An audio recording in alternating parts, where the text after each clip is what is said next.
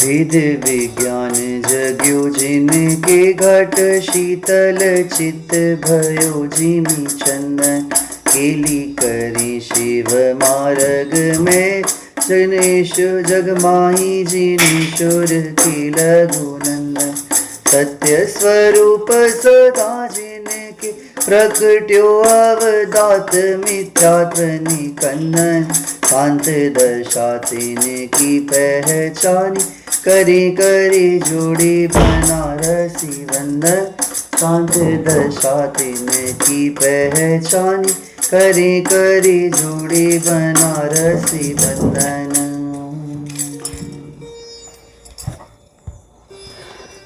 पंच परमेश्वरी भगवान की जय।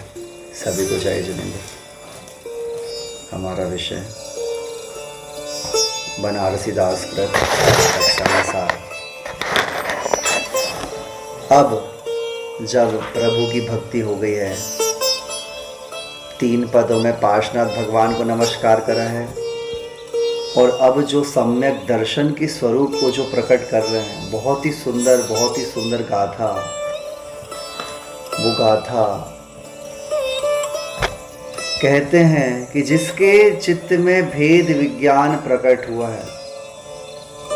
मैंने आप लोगों से बोला कल कि अगर प्रतिदिन आपको एक बार भी ऐसा विचार नहीं आता है कि मैं कौन हूं, मैं आत्मा हूं, ऐसा नहीं, मैं आत्मा हूं ऐसा नहीं, वो तो आपने रट लिया है, फिर धीरे धीरे रट जाता है। पर ऐसा प्रश्न नहीं आता है कि मैं कौन हूं, चाहे कैसी भी परिस्थिति हो। नरक में भी सम्यक दृष्टि जीव को प्रतिदिन ऐसा स्मरण में आता है कि मैं कौन हूं। सम्यक दर्शन का विषय, हाँ, सम्यक दृष्टि को भी क्यों करेगा? क्योंकि सम्यक दर्शन कितनी देर ठहरने वाली पर्याय है? तो विचार करो ना, पर्याय कितनी देर रहती है? ऐसा हो ही नहीं सकता कि एक सम्यक दृष्टि को अगर एक सी पर्याय आ रही है तो राम तो नहीं फंसने चाहिए।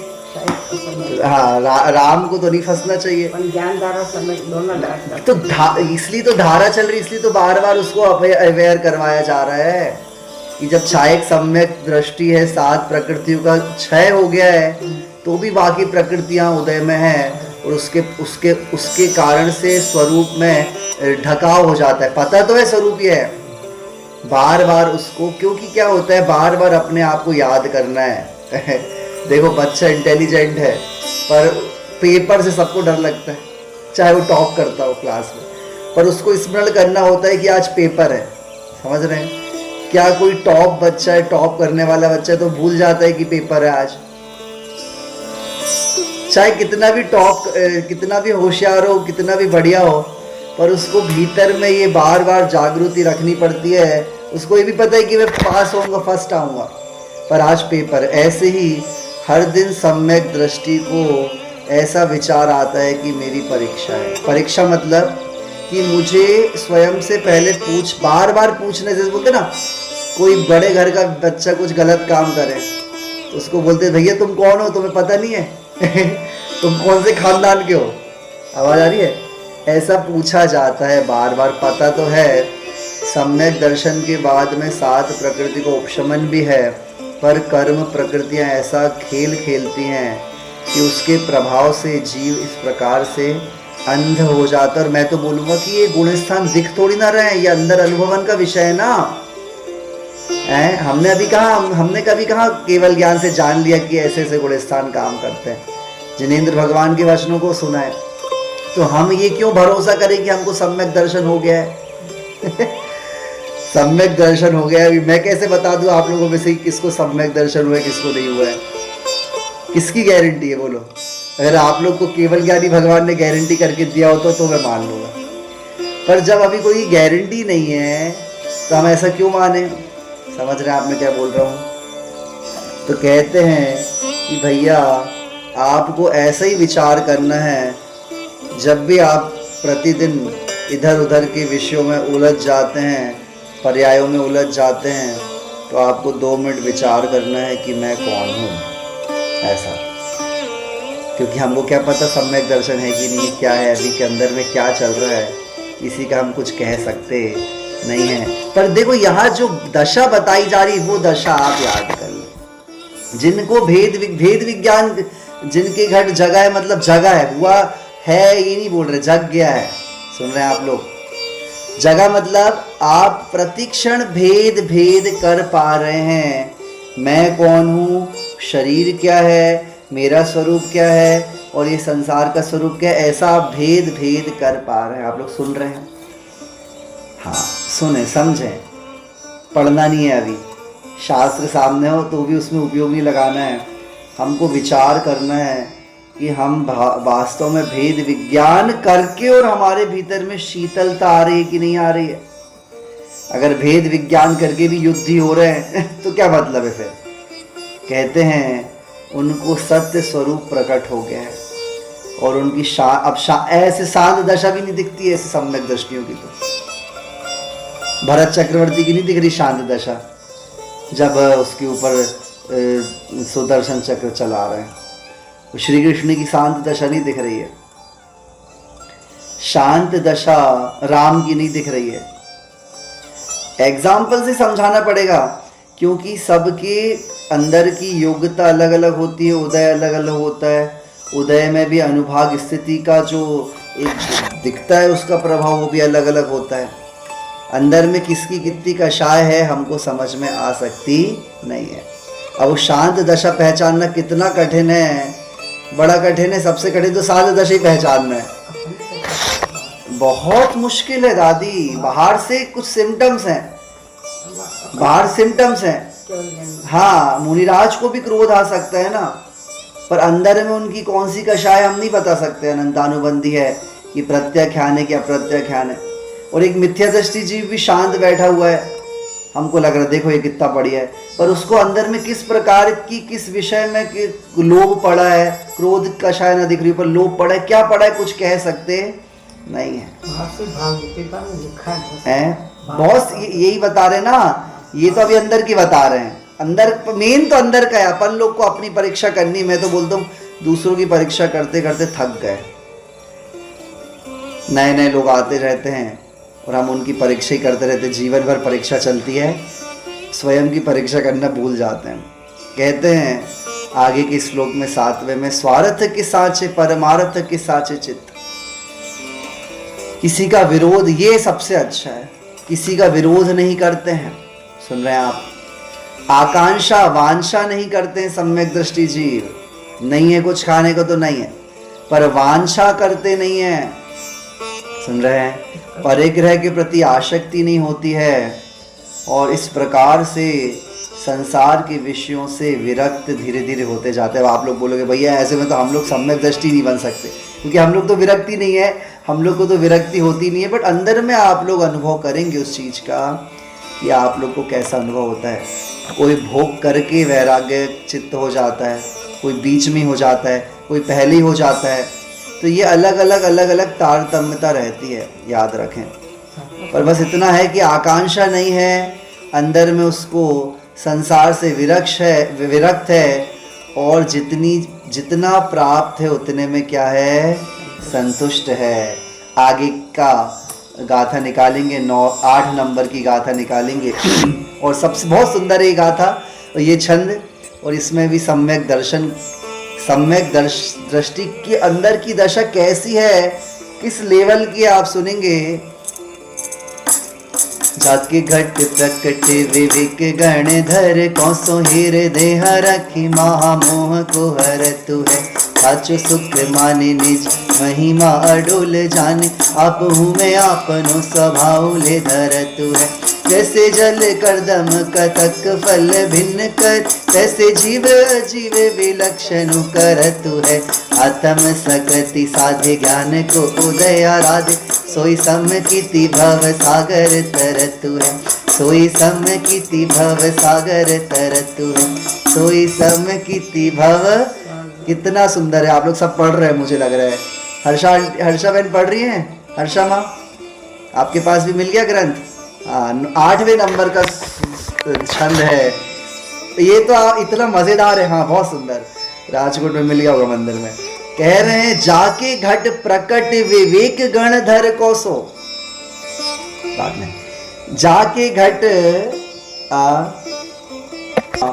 अपनी महिमा को अविचल जानते हैं। जाके घट प्रकट विवेक गणधर कोसो, जिसके हृदय में गणधर भगवान के समान भेद विज्ञान विवेक प्रकट हुआ है।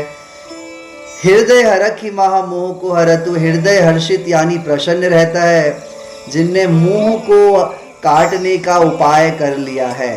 अब आप लोग बताओ, मेरे बेटे, मेरे बच्चे, मेरी माता, मेरा घर, जो मेरा वाला जो सिस्टम बहुत बड़ा है वो कम हो रहा है कि नहीं हो रहा है? साचो सुख माने, सच्चा सुख मानता है, निज महिमा अडोल जाने। और अपनी देखो, अब आत्मा कैसी भी वो अभी अपन निर्णय नहीं ले रहे, आत्मा का स्वरूप कैसा है वो हम बोल करके निर्णय नहीं ले रहे, बट कोई ना कोई तत्व तो शरीर से भिन्न है, ये पक्का है। समझ रहे हैं आप? अंदर में शरीर से भिन्न मेरा कोई एक अलग अस्तित्व है, ऐसी उनको पक्की क्या हो गई है? दृढ़ता हो गई है।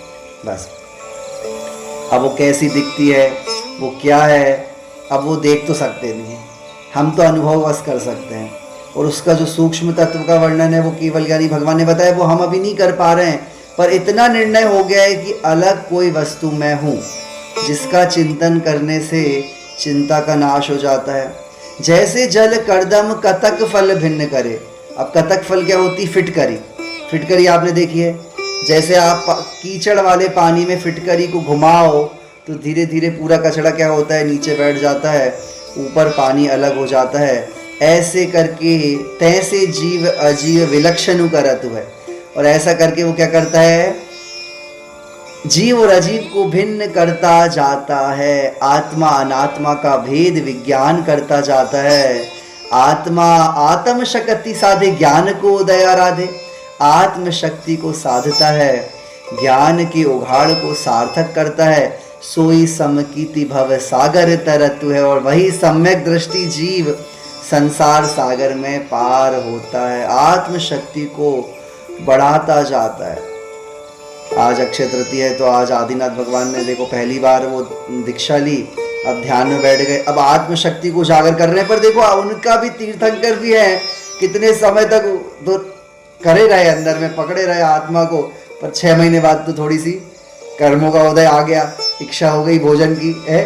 अब निकलते हैं तो वहाँ देखो 6 महीने तक आहार भी नहीं मिला, तो भी आकुलता नहीं है। समझ रहे आप मैं क्या बोल रहा हूँ? वहाँ पर क्षुधा रोग का प्रभाव दिख रहा है, निकले भी, पुरुषार्थ भी करा, पर पुरुषार्थ करने के बाद नहीं मिला तो शांति रखनी है। समझ रहे हैं आप? हम लोग क्या करते हैं?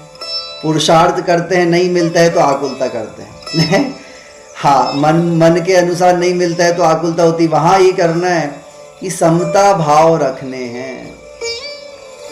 सुन रहे हैं आप लोग? जो कर्म आपके उदय में आ रहे हैं उनके प्रभाव में भी समता रखना बड़ा कठिन है। जुगाड़ करते रहते हैं अपन किसी न किसी तरीके से। कहते हैं कि फिर 6 महीने बाद तो घूमते रहे, उसके बाद देखो आगे क्षुधा रोग थोड़ा तो था, कहीं ना कहीं परेशान तो कर रहा है। अब वो घूम रहे हैं 6 महीने तक घूम रहे हैं। फिर और कितने दिनों बाद राजा शैणिक विधि मिली है, राजा श्रेयांश के यहाँ कितने दिनों बाद विधि मिलती है? तो राजा 7 महीने 9 दिनों बाद मिलती है। तो आप देखो कि उन कर्मों के प्रभाव से महापुरुष भी घबराते नहीं हैं, पर उनको पुरुषार्थ तो करना पड़ता है। समझ रहे हैं आप? तो चलते हैं, परंतु बाहर तो एक नॉर्मल विषय बता रहे हैं कि अंदर में कहीं ना कहीं कर्मों का भी उदय तो है। हम उसको तीर्थंकर विशेष थोड़ी ना है, सबको सामान्य देखना पड़ेगा अपन को कि भैया वो उनका भी तो उदय आ ही रहा है, उदय के प्रभाव में तो आ गए। हाँ, पर इसका मतलब ये नहीं कि आकुलित हो गए। आप लोग सुन रहे हैं मैं क्या बोल रहा हूँ?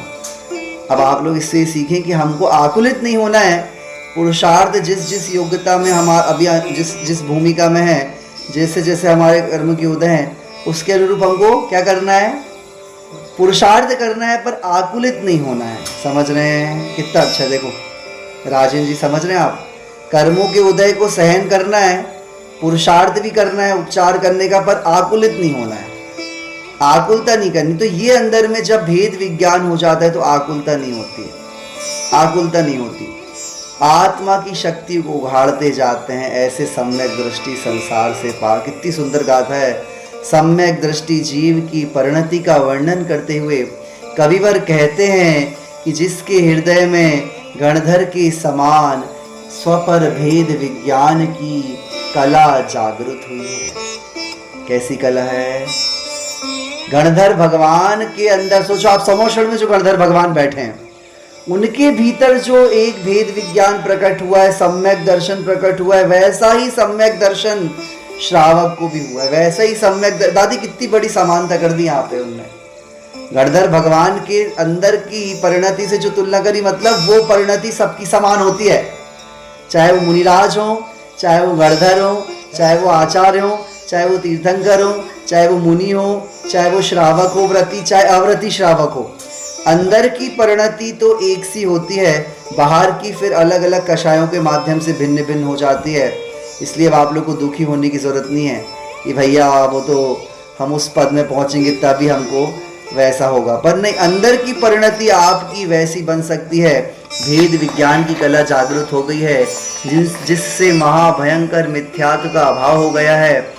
बस मिथ्यात्व मतलब यही है कि किसी भी प्रकार से किसी भी संसार के चमत्कारों में विश्वास नहीं करना। मेन तो कैसा भी चमत्कार हो जाए, सबसे बड़ा तो आप ये सब सोच लें आज कि ऊपर से देव आकर के आपके ऊपर पुष्प वृष्टि भी कर दे, कोई चमत्कार भी कर दे, तो भी प्रभावित नहीं होना है। पता होना चाहिए कि तो पुद्गल का सब खेल है। आज साइंस ऊपर चली गई है, वो ऊपर जा रही है, तो उसमें आश्चर्य की क्या बात है? सब पुद्गल, इसमें आश्चर्य नहीं होता है सम्यक दृष्टि को। सब पुद्गल की परिणति है, समझ रहे हैं आप। सबसे पहले तो चमत्कार को नमस्कार नहीं करता है। दूसरी बात यह है कि कषायों में भी उसकी मंदता रहती है। मान आदि कषाय, लोभ आदि कषाय, उसमें मंदता रहती है। बहुत ज़्यादा यश ख्याति लाभ की पूजा की इच्छा नहीं है। इस प्रकार से उसको अंदर में महाभयंकर मिथ्यात्व का अभाव हो गया है। आत्मस्वरूप की सच्ची प्रतीति अनुभूति होने से उसका हृदय हर्षित हो गया है, प्रसन्न हो गया है। इसलिए तो भजन हम पढ़ते हैं लास्ट में। इतनी आप लोग बहुत तन्मय होकर पढ़ा करें, सम्यक दृष्टि पढ़ सकते हैं वो भजन बाकी तो ऐसे पढ़ लेंगे, भजन सीख लेंगे, पर अब विषयों में ना ही पढ़ेंगे। ये कौन बोल रहा है? अनुभूति परक आत्म स्वरूप की सच्ची प्रतीति अनुभूति होने से उसका हृदय प्रसन्न हो गया है। यानी अब उसे जो आत्मिक सुख की अनुभूति हो रही है उसी को वह सच्चा सुख मानता है। सुन रहे हैं आप? कंपेयर कर लेता है। ध्यान करने में जो आनंद आ रहा है, शांत बैठने में, क्या वो बाहर आ रहा है? क्या नहीं आ रहा, कहीं नहीं आता है। मैं तो इटली गया था, रोम, वहाँ इतना सब अच्छा शहर है, सब घूमना चाहते हैं, रद्दी मात्र कुछ नहीं, वो बिल्डिंग इधर उधर घूमते ही रहो, जैसे भारत में घूमो वैसे ही बस घूमते जाओ, देखते जाओ, बिल्डिंग बस देखते जाओ। क्या है उसमें? हाँ, मतलब कुछ आनंद आता है उसको। ये बिल्कुल परफेक्ट उसको निर्णय हो गया। आप लोग की बात चल रही है, सुन रहे हैं आप लोग? ये निर्णय हो गया है कि आनंद आएगा तो ध्यान के माध्यम से आएगा, आनंद आएगा तो शांति से बैठने में आएगा, किसी भी पंचायत में किसी से दूसरी चीजों से नहीं आएगा। हाँ, देखने जाने पर वो कंपेयर हो गया ना। आज तक कभी उन्हें ध्यान नहीं करा, आज तक कभी उसने अनुभव नहीं करा। एक बार भी कहते शास्त्र में अनुभव हो जाए तो निर्णय हो गया ना। एक बार भी आपने चख लिया रसगुल्ला, बस उसके बाद आप कंपेयर कर सकते हो। समझ रहे हैं? राजेंद्र जी, कंपेयर कर लिया हमने कि भैया इसका जो रस है ये तो सारे रस फीके, चाहे हमको एंटीला मिल जाए, चाहे हमको सटखंड का अधिपति बना दिया जाए, तो भी हमको सुख नहीं मिलेगा। और थोड़ी देर शांत बैठ कर के जो सुख मिलता है, क्योंकि उसको सच्चे सुख की अनुभूति हुई है। सम्यक दृष्टि जीव को आत्म स्वरूप का अविचल श्रद्धान हो गया है, और संसार का कोई भी प्रलोभन अब उसे उसकी श्रद्धा से हिलाता नहीं है। समझ रहे हैं? मीनिंग आप लोग मत देखें वहाँ, आपको ओनली क्या देखना है? पद देखना है, 8वें नंबर का पद, छंद बस देखना है। मीनिंग तो आप यहाँ से सुने, वहाँ पे देख के पूछ रही होगा। कहते हैं कि देखो अंदर में उसको इतना दृढ़ हो गया अब आत्मा में कि कोई कुछ कर सकता नहीं है। कोई उसको डगमगाने आ जाए कि आत्मा होती नहीं है। कहते हैं साक्षात गणधर भी आ जाएं कि तुम तो शरीर हो, ऐसा नहीं मानेगा। अंदर में कुछ ना कुछ हो, चाहे उसको आत्मा बोलो ना बोलो, पर आत्मा अंदर में शरीर से भिन्न मैं कोई वेदन करने वाला संवेदन मैं पदार्थ हूँ। स्वयं स्वयं में तृप्त रहूँ, मैं रमूँ नहीं संसार में, ऐसी भावना वो भाता है प्रति समय। स्वयं का ही अनुभव करने की उसको क्या रहती है, जल्दी रहती है। जिस प्रकार गंदे पानी से मैं फिटकरी डालने से गंदगी और स्वच्छ पानी अलग अलग हो जाते हैं, उसी प्रकार प्रज्ञा रूपी कतक फल का प्रयोग करके, ये क्या है, छैनी, एक ऐसा ये पत्थर है जो आपको प्राप्त हुआ है सम्यक दर्शन, जिससे भेद विज्ञान हो सकता है। याद रखें, कहते हैं अनादिकाल की देहादिक समस्त पर पदार्थों को अपना मान्य रूप मिथ्यात्व रूपी गंदगी और निजात्मा रूपी स्वच्छ जल भिन्न भिन्न हो जाता है। याद रखिए, ये सीखना अलग है, पत्थर भी मिल जाए पर भीतर से जब तक मोह की महिमा कम नहीं होगी तब तक नहीं होता है। मोह उतना ही बना, चाहे एक व्यक्ति में बना हुआ है पर उतना ही बना हुआ है, और हम भेद विज्ञान का अभ्यास भी कर रहे हैं तो उससे कोई लाभ नहीं होना है। पर जब मोह कम होगा तभी ये पत्थर काम में आएगा। सुन रहे आप? अब आप फिटकरी घुमाओ और गंदगी डालते जाओ, फिटकरी घुमाओ गंदगी डालते जाओ, फिटकरी घुमाओ गंदगी डालते जाओ, तो नहीं होगा काम। कहते हैं सम्यक दर्शन होने पर ज्ञान भी स्वतः सम्यक हो जाता है। ज्ञान को सम्यक नहीं करना पड़ता, याद रखें। क्या हो जाता है, सम्यक हो जाता है, वो अपने आप पलट जाता है। जो ज्ञान पड़ा था उसमें तुरंत विवेक लग जाता है कि नहीं नहीं ये तो गलत है, जिससे सम्यक ज्ञान के प्रकाश में सम्यक दृष्टि जीव निरंतर अपनी आत्मा की आराधना करता हुआ आत्मिक शक्ति को बढ़ाने के लिए सतत जागरूक रहता है। अब आप लोग निर्णय कर लें क्या करना है। अब और संसार में कितना हमको रमण करना है, कितना परिग्रह का संचय करना है कि अब भेद विज्ञान रूपी फिटकरी से क्या करना है राजन अंकल, हमको भेद करते जाना है। भीतर में जो मैं आत्म तत्व हूँ उसकी शक्ति को बढ़ाते जाना है। समझ रहे मानसी दी? ऐसा भेद विज्ञान का प्रतिदिन ऐसा अभ्यास करना है थोड़ा थोड़ा। और उसके लिए सबसे पहला पॉइंट क्या है, मैं कौन हूँ, ऐसा विचार करना है। कभी बनारसी दास जी कहते हैं ऐसा जो जीव है जिसका अंदर में ऐसा श्रद्धान हो गया है कि बस गौतम स्वामी के जैसी स्थिरता सम्यक दर्शन में आ गई। चारित्र नहीं आया है, मुनि नहीं बना है, व्रत नहीं लिए हैं अभी, पर अंतरंग में, अच्छा कहता तो अंतरंग में विचार करने में क्या दोष है बोलिए। अगर हम आज आपसे बोल दें कि आप अगर अपने अंदर में नरेंद्र मोदी जैसा श्रद्धान कर लो, चक्रवर्ती जैसा श्रद्धान कर लो, श्रद्धान करने से कौन रोक सकता है बोलो? हाँ, अंदर में विचार करने से कौन रोक सकता है? कोई नहीं रोक सकता। ऐसे ही भीतर में उसके इतना भेद विज्ञान हो के दृढ़ता आ गई, क्योंकि जो बाहर की शक्ति प्रकट होती है वो कर्मों के अधीन है। सुन रहे हैं आप लोग? अंतरंग शक्ति किस में डिपेंड है? स्वयं में, मेरे में। पर जो बाहर से प्रकट होनी है वो मेरे हाथ में डिपेंड नहीं। शरीर के बाहर जो प्रकट होनी है वो मेरे हाथ में डिपेंड नहीं है, वो कर्मों का एक संयोजना है, उसके ऊपर डिपेंड है। पर कहते हैं ऐसी जो अंदर की दशा है वो संसार रूपी समुद्र से पार होने को तैयार है। आगे का नौवा छंद देखेंगे, नौवा छंद निकालेंगे 9th नंबर का। धर्म न जानत बखानत भरम रूप, ठोड़ ठोड़ ठानत लड़ाई पक्षपात की। भूल अभिमान में न पाऊं धरे धरनी में, हृदय में करनी विचारे उत्पाद की। फिर डावा डोल सो करम के कलोलनी में, है हरी अवस्था सुभगे लोके से बात की। जाकी छाती ताती कार्य कुटिल कुभाती भर, ऐसो ब्रह्म घाती है मिथ्याति वहाँ पात की। अब क्या बोल रहे हैं तो समझा रहे हैं, देखो धीरे धीरे। अब मिथ्या दृष्टि जीव की प्रवृत्ति कैसी है, अब देखो। अब मिथ्यात्व सम्यक, सम्यक का तो आ गया, मिथ्यात्वी दृष्टि कैसा है? धर्म न जानत, कैसा है?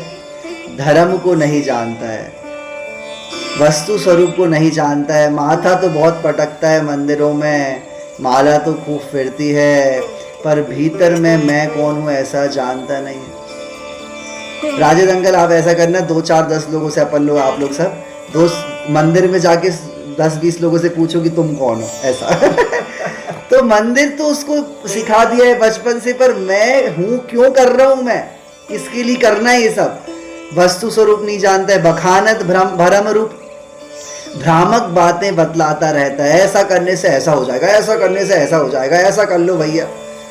ठोर ठोर ठानत लड़ाई पक्षपात की, जगह जगह एक पक्ष को लेकर एकांती होकर के लड़ाई करता रहता है। अंदर में कषाय भरी हुई है, एक पक्ष को पकड़ लिया, ऐसा ये इसको पकड़ लिया, अब भैया इस दिन ये वाले भगवान में उठ गए, उनने इसमें लड़ाई हो रही है उनकी। एक दिन बना रहे हैं, एक दिन बना रहे हैं। एक को एक इस वाली टोंक को बोल रहे हैं, इधर से कोई मोक्ष है, इधर से टोंक से मोक्ष है। अब पत्थर की लड़ाई चल रही है, दिनों की लड़ाई चल रही है, मंदिरों की लड़ाई चल रही है। अभिमान में न पांव धरे धरनी पर, घमंड में चूर होकर धरती पर पांव भी नहीं रखता है। सुन रहे हैं आप, इतने अहंकार में रहता है। हृदय में करनी विचारे उत्पाद की, और हृदय में खुरापास सोचता रहता है कैसे लड़ाई हो जाए, कैसे संक्लेशित हो जाए मन किसी का, समझ रहे हैं। फिर डावाडोल सो अस्थिर चित्त होकर भटकता है, कर्म के कलोलनी में, कर्म के उदय रूप लहरों में। हे हरि हे रही अवस्था सु, भेगुलू कैसे भात की, मतलब भगेलू, बवंडर के पत्ती की तरह, बवंडर में पत्ता गोल गोल गोल गोल ऐसे घूमता है, ऐसे उनका अलग अलग गुरु और अलग अलग चीजें, मान्यताएं चेंज होती रहती हैं। जात की छाती ताती कारी, कुटिल कुबाती भारी, और जिसके हृदय में संतप्त काला वक्र बुरी बातों के बोझ भरे रहते हैं, वो एक सड़ी सड़ी बातों में अटके हुए हैं। ऐसे ब्रह्म अर्थात आत्म स्वरूप का घात करने वाला महामिथ्या दृष्टि महापापी होता है।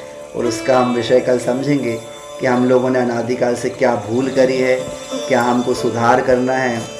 और पर पहले वाले श्लोक में ध्यान दें कि बस आप लोगों को क्या करना है, 1 मिनट नेत्र बंद करेंगे, शांत। अनुभव चिंतामणि रतन, अनुभव है रस को, अनुभव मार्ग मोक्ष को, अनुभव मोक्ष स्वरूप।